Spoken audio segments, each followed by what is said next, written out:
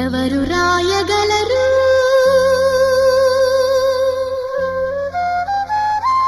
అమ్మాను మాట కన్న కమ్మని కావ్యం ఎవరు పాడగలరు